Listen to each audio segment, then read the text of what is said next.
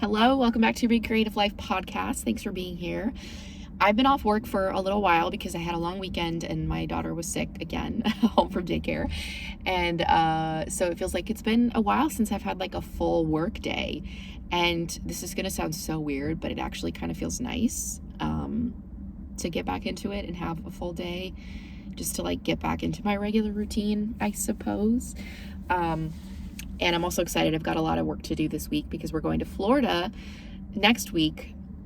We're driving down to just outside of St. Petersburg, Tampa area, and we're going to meet my mom down there. She lives in Minnesota, and she has to get, if she can swing it, she likes to have some time on the beach in the winter to just kind of help her get through it.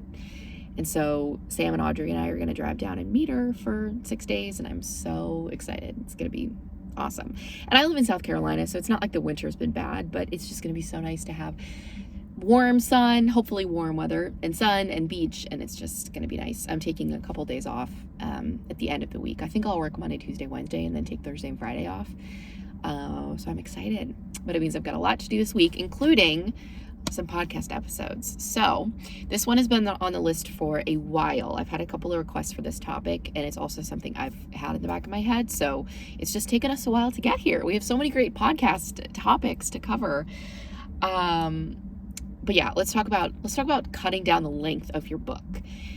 Whether it's because you just have a sense that it needs to be shorter and it's too long, or because you are doing something like querying and you have a sense that your word count is just too high for querying. I saw a video on TikTok that came across my FYP this morning, and it was Gina Denny. She's, I'm actually not sure what exactly her background is, but she talks about publishing and she gives advice for querying, and she does these query critiques where she will, people will submit their query letters to her and she'll give them feedback. And the person that submitted, I forget the exact word count of their manuscript, but it was something like 217,000 words, and they were writing a thriller, which is an auto rejection for probably 95% of agents because it's just way too long. You cannot query a book that is over 200,000 words. It's just, especially a thriller, that's just not going to work. So maybe there's something like that for querying where you're like, I know that to fit within kind of genre conventions, I've got to make this shorter. So whatever the circumstance, whatever the case is, here are, I think I have 5 tips maybe for you on how to do this, things to think about. And I will say this is, it's not really feedback that I give to editing clients frequently, but it does come into play sometimes with editing clients where either their word count is just too high, no matter if they're self-publishing, submitting to a small press, querying, whatever, it's just way, way up there and it doesn't need to be. Or it just feels like some stuff in their novel is not really essential and the pacing is lagging. And so I have some suggestions for them to tighten it up. So this is something that I'll share some examples here in the episode of feedback that I've given to clients, like situations where this applies. Okay, so first consideration. I read the wrong word. I wrote a little note to myself that said considerations for different genres. And why I want to mention that is because it does depend how long your book should be, depending on what genre you're writing and also what publishing path you're taking. Because if you're self-publishing, it doesn't matter quite as much what your word count is. I still think it's a good thing to keep in mind so that you don't have a 217,000 word thriller that you're trying to self-publish, because that's going to turn off a lot of readers. And obviously you're not going to tell them in the first line of your blurb, like, this is a 270,000 word book, because readers don't care about that. But a lot of people will be turned off by just the fact that that's a massive book. It's essentially 2 books, 2 long books in one, for thrillers anyway. So I still think it's something to keep in mind. Also, the difference between a novella and a novel. Like if you write a 30,000 word book or manuscript and you call it a novel, then readers are going to be disappointed because that's short and that's more of a novella length. So genres, it just depends. There's an infographic that I will link to from Writer's Digest that I always go back to, that shares different word count recommendations for different genres. But standard generally is like 70 to 100,000 words. Fantasy and sci-fi and anything that requires world building can be a little bit longer because of that. But yeah. Okay, so suggestion number 1, how to edit your book down to be shorter, how to cut length, is to remember that every scene should serve a purpose.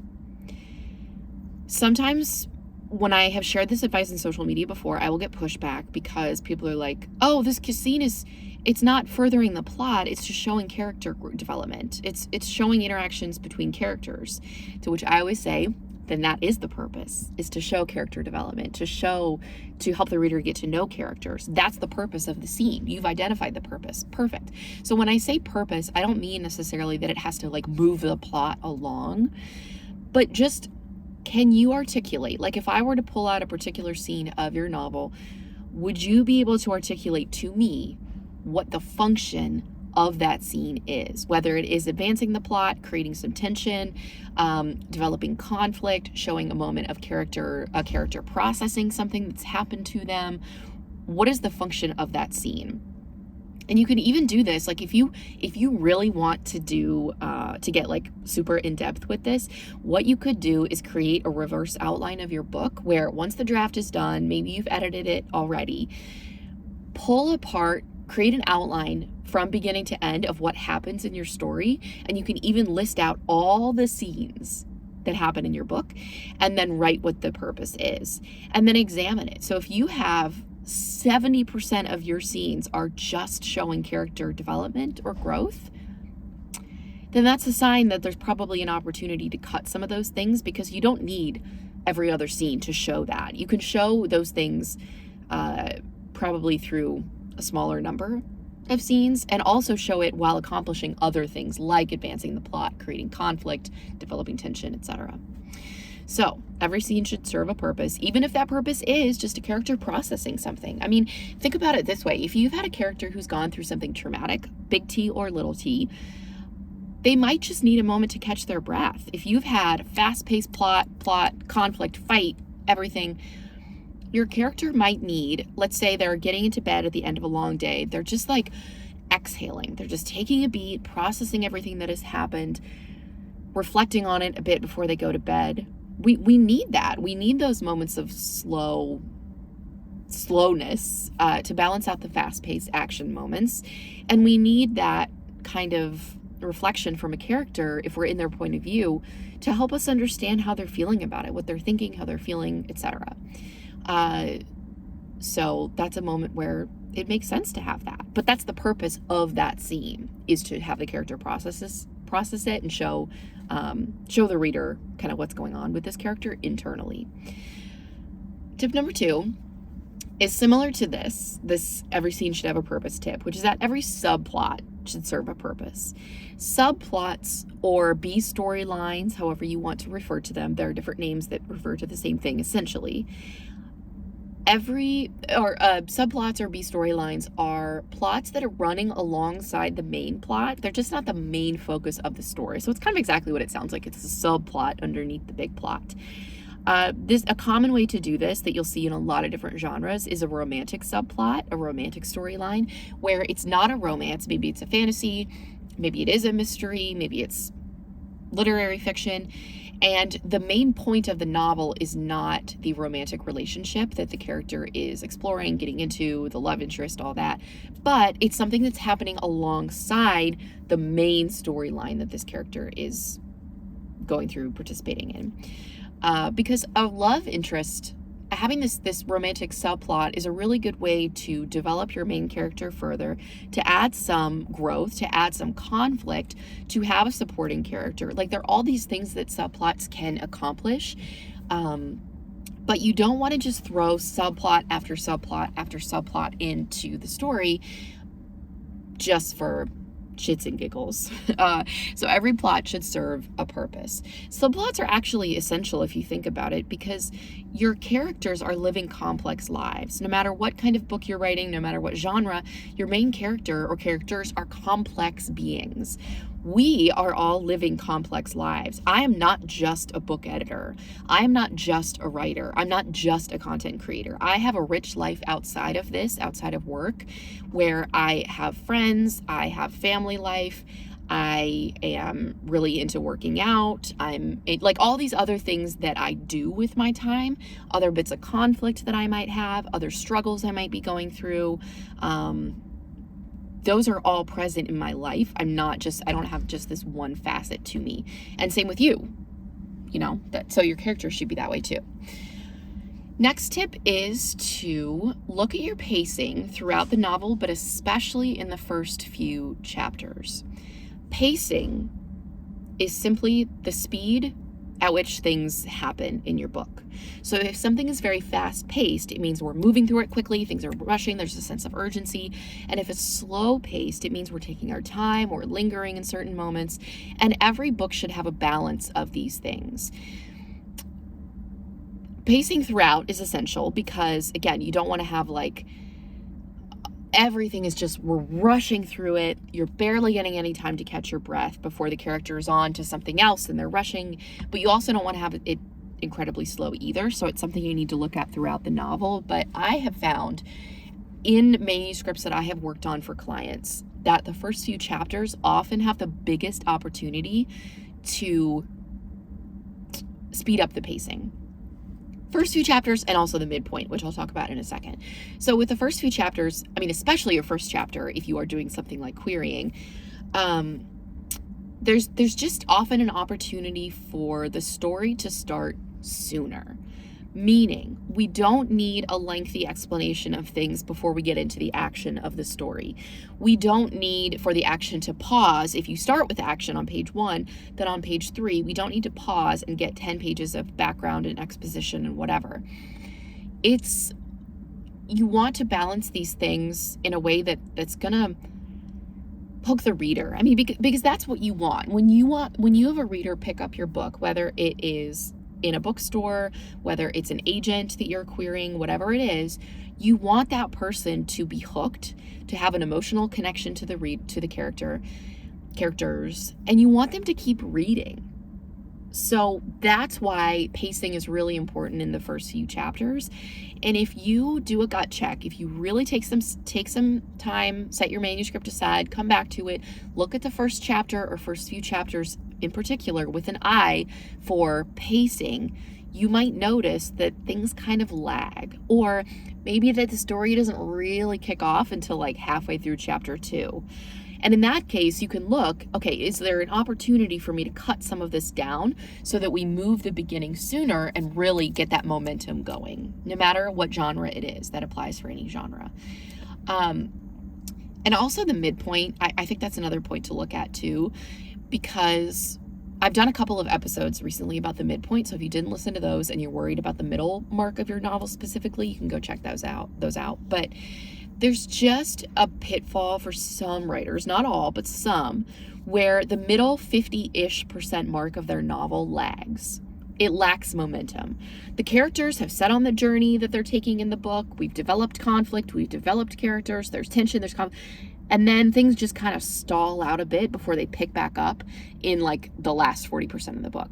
So pay attention to that midpoint too, and do the same thing. Read it with an eye for pacing. Does it feel like things are lagging, like not much is happening? Then that's an opportunity to increase the pacing and cut some length from the novel.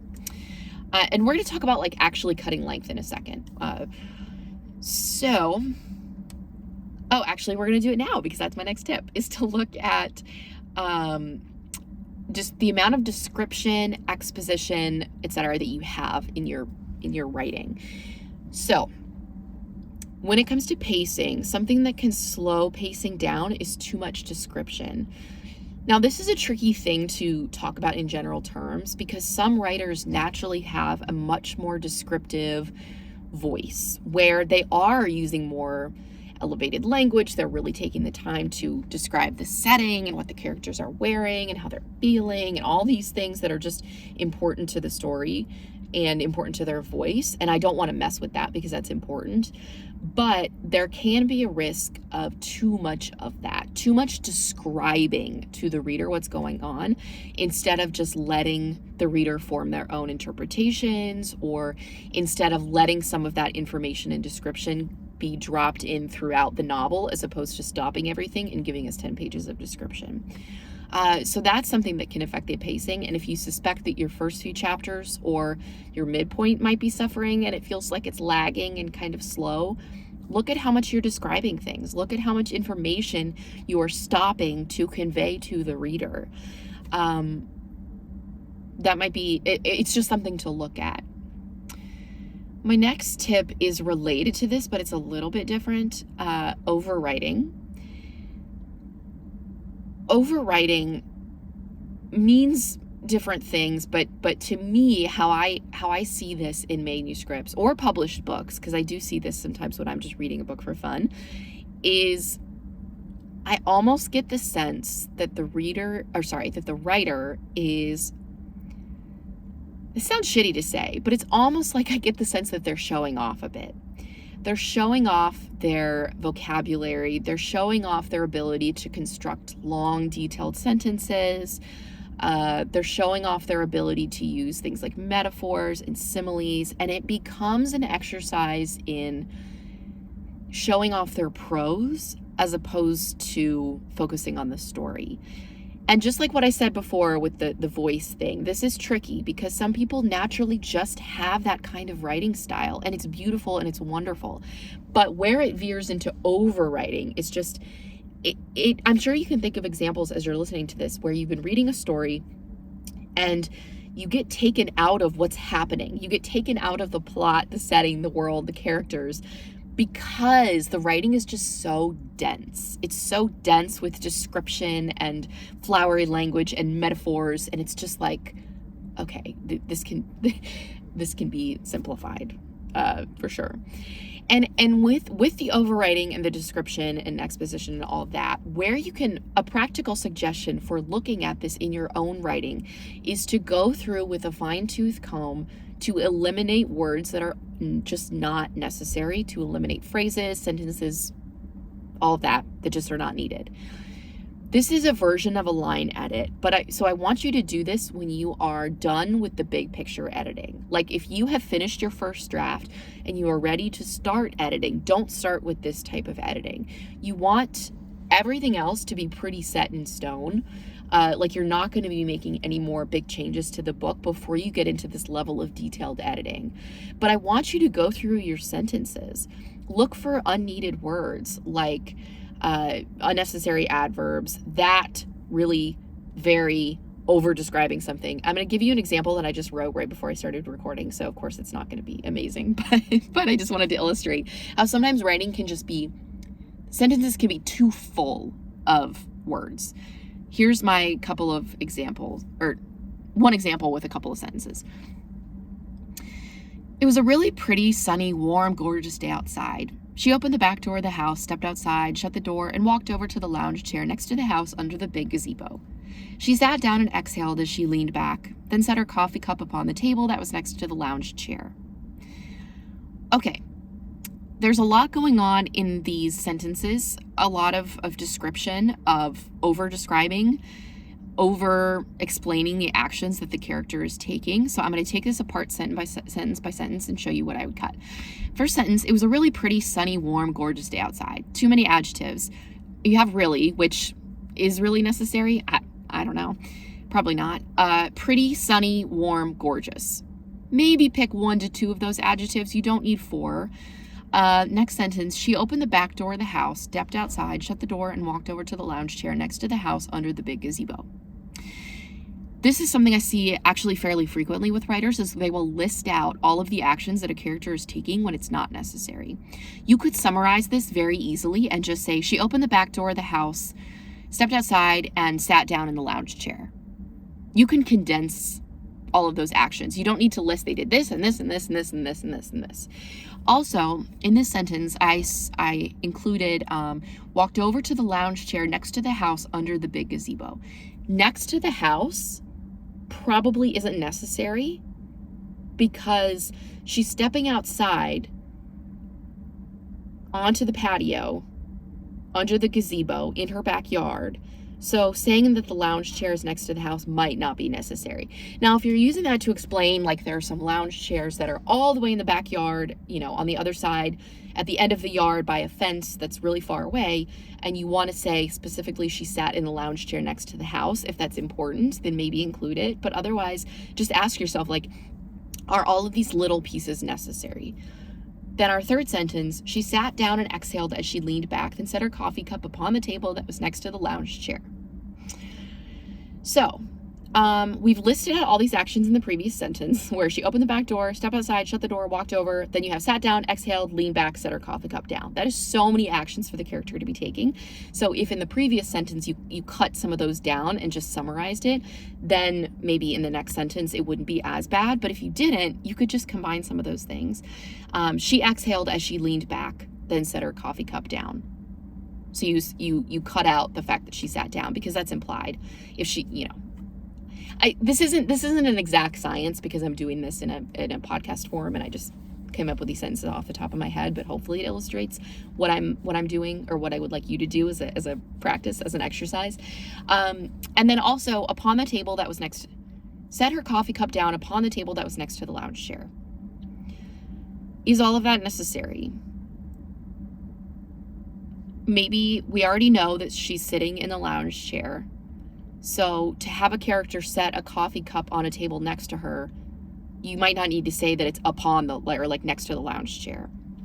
So this is time consuming to do this, but you would be surprised how many words you can trim down when you do this kind of editing, because what you're doing is not messing with the voice here.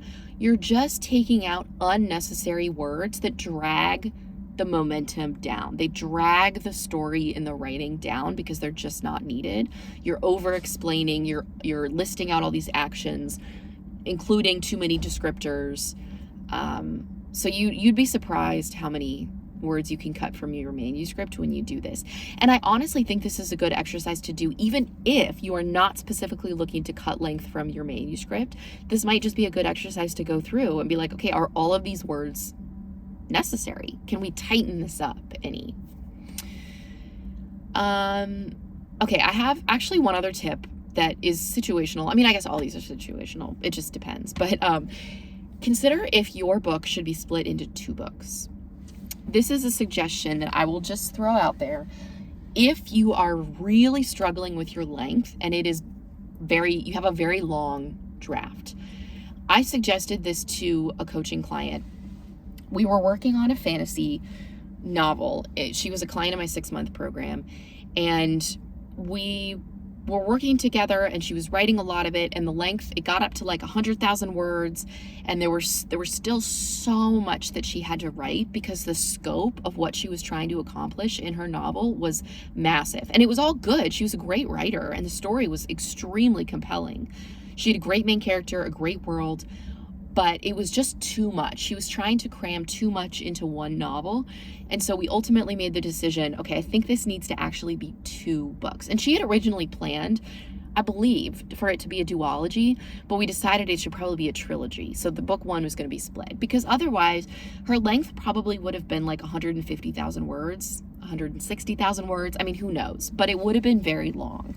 So instead, cutting it into 2 and maybe adding a bit more to each of those so that they're able to stand on their own, that might be the right decision. I also gave this feedback recently to an editing client who, same thing as my coaching client, the scope of what she was trying to accomplish and the story that she wanted to tell about this character, well, 2 characters, it was a romantasy, it was just so large, and the time and everything, all of these events that occurred, it was just massive. And so splitting it into 2 was a way to give the story the attention that it needed without rushing through things. And it's a big suggestion. I mean, I can't imagine it's easy for clients to hear that, but ultimately, I think in both of those cases, it was the right decision. And so I just want to throw that out there, especially if you're writing something like fantasy. I mean, if you're writing a thriller that's like you envision as a standalone, and you're at 100,000 words, then splitting it into 2 is not going to be the right decision. But if you're writing fantasy or some other genre where it's more common to have series, then consider that. Does this need to be 2 books? Am I trying to do too much in one book? Just an option for you to think about. Okay, I think that's all of my tips that I have. Oh yeah, I'll paste the link to the Writer's Digest word count information, like the infographic. But if you want more information about word count and like your specific case, just do some research online. There are lots of resources that talk about this, whether you are indie publishing, self-publishing, whatever. If you're querying too, sometimes agents will have word count suggestions, like don't send a manuscript over this amount. And it's not because people don't want long books overall. It just is a tricky sell. And also, in the case of the 217,000 word thriller, it shows that and in this video, the person acknowledged in their query letter, the draft that Gina Denny edited, or gave suggestions for, they acknowledged, like, I know this is longer than normal, but I'm envisioning it this way. So at least they had done enough market research to identify that it was too long. But it shows often, I think, that you just don't understand how to edit your own work, and you don't understand how, like, you're not able to determine what's essential and what's not. And that's where getting another set of eyes on your manuscript can really help, whether it's an editor like me or a beta reader, just someone to give you that gut check and be like, okay, is all of this actually necessary? Like, and not even that example. I mean, even with fantasy, I've worked on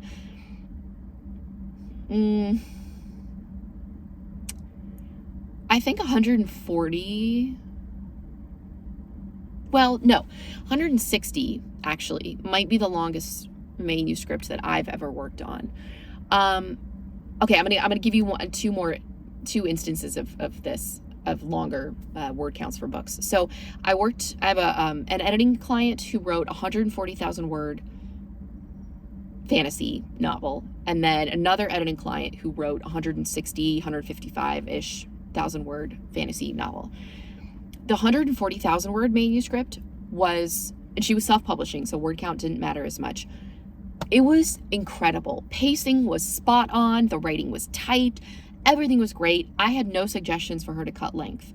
It was great at 140,000 words. If she were querying, my feedback would have been different. I would have been like, hey, we need to make some tough decisions about where to trim this down. But she was an indie author, so it didn't matter. And that length, that 140,000 words, that's what she needed to tell the story well. So that it was fine.